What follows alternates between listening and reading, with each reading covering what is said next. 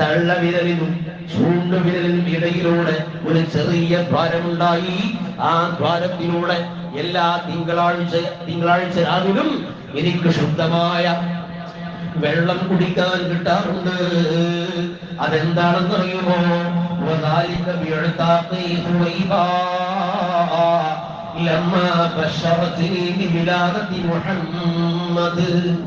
എന്റെ ഒരു അടിമ സ്ത്രീ ഉണ്ടായിരുന്നു, സുവൈബത്തുൽ അസ്ലമിയ്യ.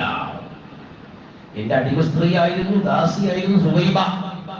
ഒരു ദിവസം ഈ മുഹമ്മദ് എന്ന് പറയുന്ന കുട്ടി ജനിച്ചപ്പോൾ ഓടി വന്ന് പറഞ്ഞു, നിങ്ങളെ സഹോദരൻ അബ്ദുള്ളാഹ്ക്ക് ഒരു കുഞ്ഞ് ജനിച്ചിട്ടുണ്ട്.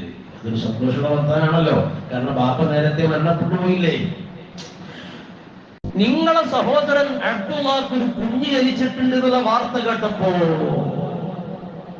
ആ സന്തോഷ വാർത്ത അറിയിച്ചതുകൊണ്ട് അടിമത്തത്തിൽ